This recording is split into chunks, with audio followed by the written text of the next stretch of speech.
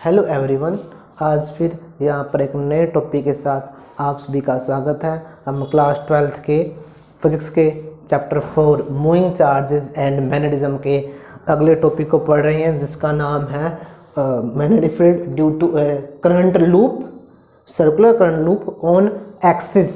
यह जो अब की बार जो मैग्नेटिक फील्ड निकालेंगे हम करंट लूप के एक्सिस के ऊपर निकालेंगे।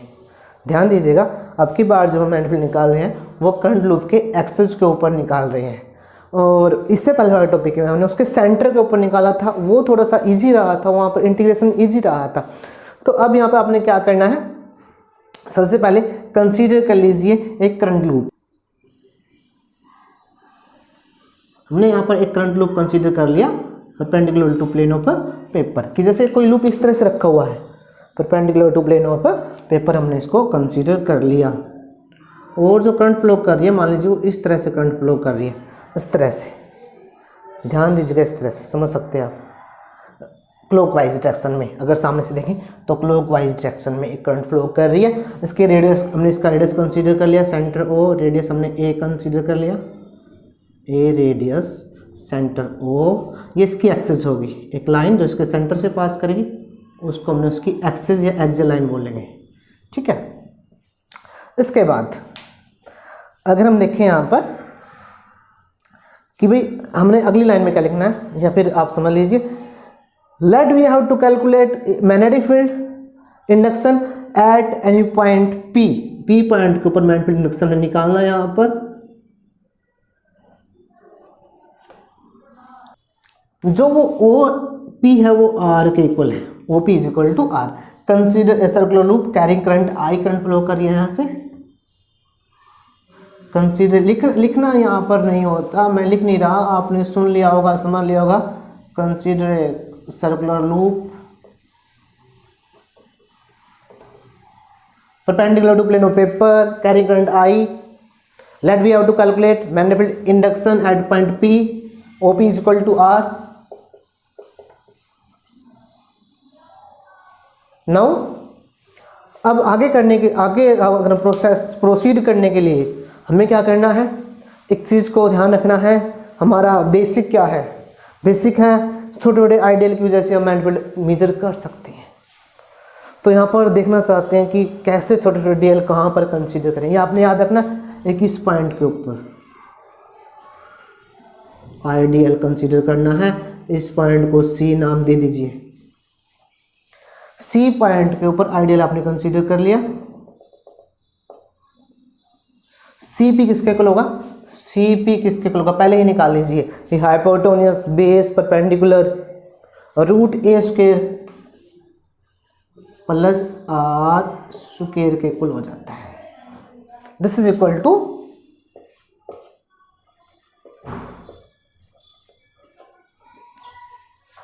आगे।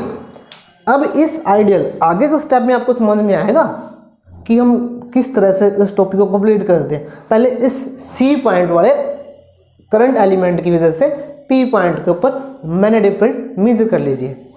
देखिए इसके ऊपर, इस पॉइंट के ऊपर, इसकी वजह से क्या हो जाएगा, डीबी, यहाँ पे लिख देता हूँ magnetic field, small magnetic field due to magnetic field, small भी लिखना आगे, due to ideal at C, current element at C जो सी पे है, D B is equal to mu naught 4 pi I D L sine theta. देखते हैं theta क्या कितना होगा, थीटा लिख देता हूँ अभी पहले, और आर स्क्वायर, सी पी का स्क्वायर अगली लाइन में लिखूंगा, सी पी की वैल्यू। अभी देखिए आगे, अब अगर यहाँ पर थीटा की बात करते हैं, थीटा क्या है, आई डी एल और आर के बीच में एंगल। ध्यान से देखिए यहाँ पर आइडियल की डायरेक्शन क्या है। देखिए लूप हमने perpendicular to plane of paper, बहुत ही जरूरी पॉइंट है, लूप हमने perpendicular to plane of paper consider कर रखा है ऐसे।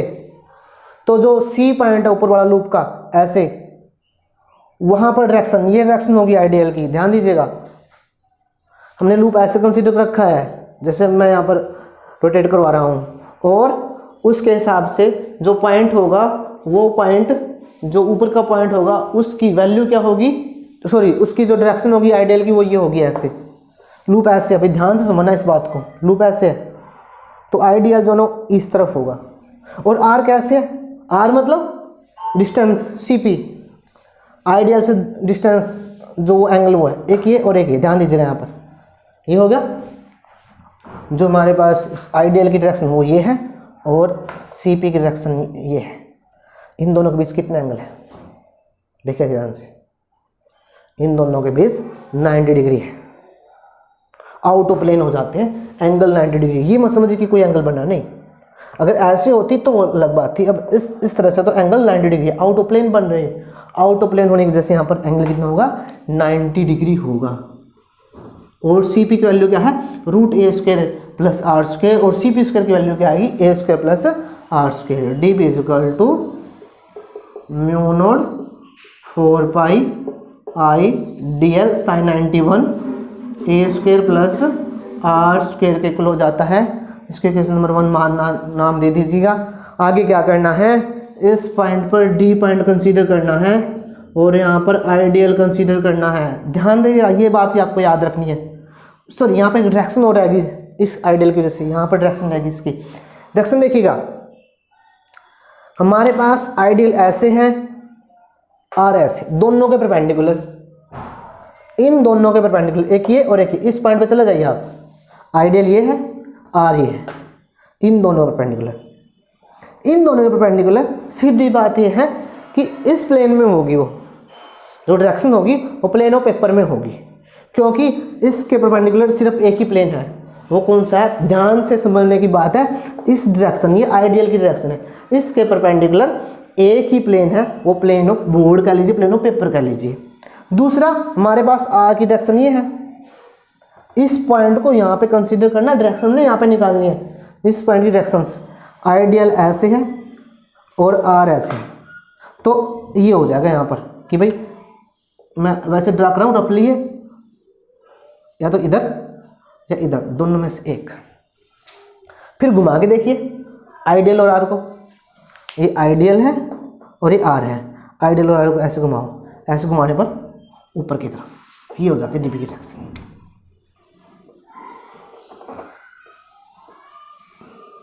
समझ रहे होंगे सभी। दोबारा से एक बार बता देता हूँ, आइडियल ऐसे हैं, आर ऐसे है, इन दोनों के परपेंडिकुलर, इसके परपेंडिकुलर प्लेन ऑफ पेपर, और यहाँ पर एंगल 90 डिग्री हमने बना ही दिया। प्लेन ऑफ पेपर में एक ये तो, या तो ये डायरेक्शन हो सकती है या ये डायरेक्शन हो सकती है, दोनों इसके परपेंडिकुलर है। उसके बाद हम क्रॉस करवा के देखेंगे, घुमा के देखेंगे, आइडियल टू आर ऐसे घूम रहा है और डायरेक्शन इस तरह से हो जाएगी P पॉइंट के ऊपर। अब देखिए DB, D पॉइंट पर जो आइडियल है वो डिस्टेंस सेम हो जाएगा √a² + r²। Magnetic field at P due to ideal at C at D, जो D के ऊपर है, dB' नाम दे देते हैं इसको, μ0 IDL, एंगल वही 90 डिग्री होगा, अपॉन 4π DP²। अलोंग की बात करते हैं, अलोंग भी समझाऊंगा, इतना समझ लीजिए। अलोंग वही बात आ जाती है अलोंग की, यहाँ पर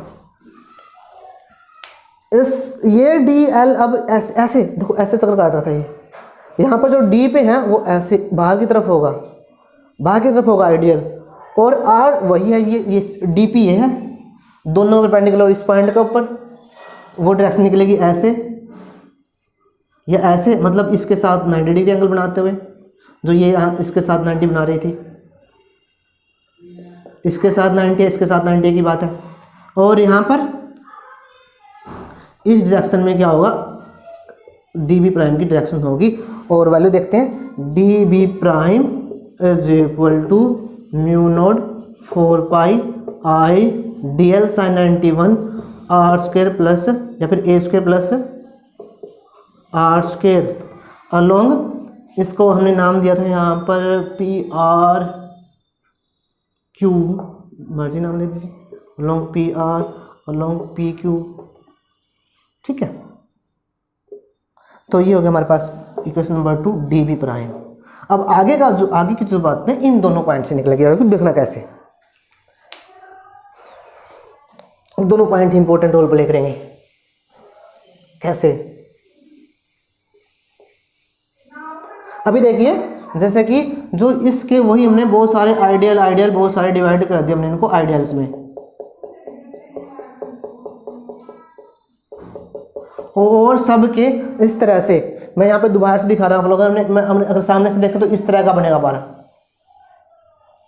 सर्कुलर लूप है। एक हमने ये सी पॉइंट था जिसकी डायरेक्शन ये थी, और ये डी पॉइंट था जिसकी डायरेक्शन यहाँ पे आइडियल था और यहाँ पर आइडियल था, और ये एक्सिस हो गई इसकी। इस पॉइंट का जो मैग्नेटिक आया वो इस डायरेक्शन में आया, इसकी वजह से मैग्नेटिक इस डायरेक्शन में, ध्यान से, इसकी वजह से मैग्नेटिक ऐसे, इसकी वजह से मैग्नेटिक इस तरह से, ध्यान से, जैसे वहाँ पे दिख रहा, इसको हम सामने से देख रहे हैं उस तरफ से। तो उसी तरह से अगर हम एक इस पॉइंट की वजह से निकाले, एक इस पॉइंट की वजह से निकाले मैग्नेटिक, इसकी वजह से जो आएगा वो ऐसे आएगा इधर मान लीजिए, और इसकी वजह से जो आएगा वो इधर आएगा। तो अगर आप एक बार इन दोनों पॉइंट सी और डी पॉइंट की बात करते हैं और इनको कंपोनेंट्स में डिवाइड करते हैं, जो इसके साथ ये एंगल हम मान लेते हैं, जो ये एंगल है वो अल्फा है, अल्फा एंगल हमने कंसीडर कर लिया है। अगर ये एंगल अल्फा है तो एक बात समझना, इस एंगल की हमें अभी ज़रूरत नहीं है, इसको आप डिलीट कर दीजिए। ये एंगल भी अल्फा और ये एंगल, अगर ये अल्फा है तो निकाल लेना, अपने आप निकल जाएगा। ये इसके परपेंडिकुलर है, ये इसके परपेंडिकुलर है, अगर ये अल्फा है तो ये भी अल्फा होगा, ये अल्फा तो ये भी अल्फा होगा। डी बी इस डायरेक्शन में होगा डी बी कोस थीटा, मैं यहाँ इधर लिख रहा हूँ A square plus R square D B cos alpha D B sine alpha, D B prime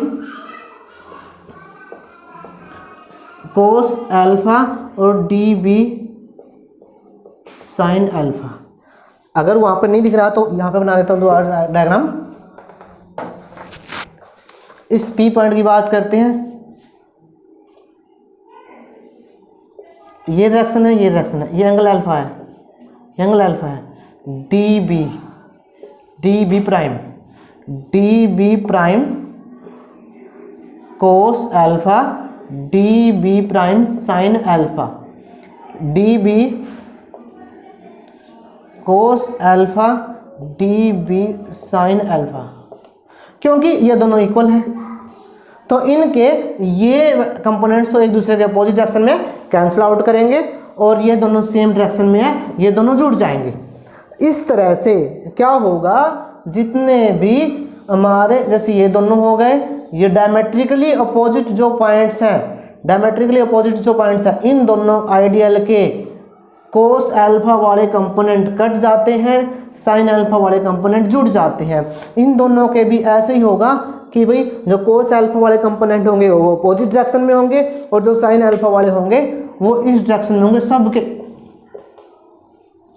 सभी आइडियल के कोस अल्फा वाले कंपोनेंट डायमेट्रिकली, यही लाइन इंपॉर्टेंट है, एक बार ही बोल लूंगा, समझ लेना, दोबारा से वीडियो को रिप्ले करके समझ लेना। जो डायमेट्रिकली अपोजिट पॉइंट्स के आइडियल हैं उनके cos alpha components diametrically opposite ideal के पेयर्स में कैंसिल करेंगे, और साइन अल्फा वाले सभी एक डायरेक्शन में होंगे। यही पॉइंट है बस।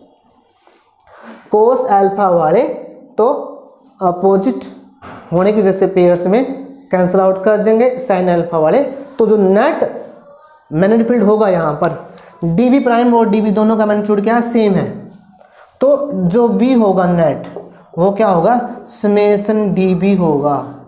इस तरह के सभी डी बी को जोड़कर, इस तरह के सभी, चाहे डी बी हो चाहे डी बी प्राइम हो, सबके इक्वल आए हैं, तो इन सबको हमने जोड़ना है, इन सबका समेसन करना है, और बी क्या होगा, summation D B, summation mu naught 4 pi I D L A square plus R square along, इसको x नाम दे दीजिए, पी एक्स के अलोंग होंगे सारे के सारे। और अगर यहाँ पे देख लीजिए आप, ये भी कांस्टेंट है, ये भी कांस्टेंट है, ये भी, सिर्फ किसका समेसन होगा, जिसके साथ डी लगा था। इंटीग्रेशन है एक तरह से, समेशन का मतलब इंटीग्रेशन होता है, सभी को जोड़ना, सबको जोड़ देंगे। तो सबको जोड़ने के बाद b इज इक्वल टू वही बात है, म्यू नोट 4 पाई बाहर आ गया, आई बाहर आ गया, A square plus R square बाहर आ गया, समेशन किसका, डी एल का summation, A square R square. और एक बात और यहाँ पर रहेगी भी, यहाँ पर समेशन किसका है, डी बी साइन एल्फा का समेशन। एक कमी रहेगी थी यहाँ पर, डी बी का समेशन है डी बी साइन एल्फा का, साथ में साइन एल्फा भी चलेगा यहाँ पर, ये थोड़ा सा यहाँ पर गलती लगी थी, D B sine alpha along P X, sine alpha भी बाहर आ जाएगा, साइन अल्फा भी बाहर आ जाएगा। ठीक है, तो अगर अब देखते हैं यहाँ पर, एक बार दोबारा से रिपीट करता हूँ, b is equal to summation of D B sine alpha, जो साइन एल्फा वाले, बोला सही था, लिखने में कमी रह गई थी, साइन एल्फा वाले सभी कंपोनेंट्स का समेशन होगा।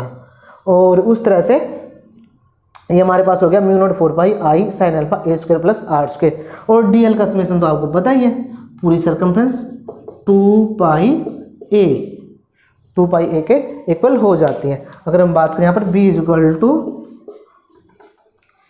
साइन एल्फा की वैल्यू और पुट कर दीजिए, बस और कुछ नहीं, कंप्लीट हो चुका टॉपिक आपका।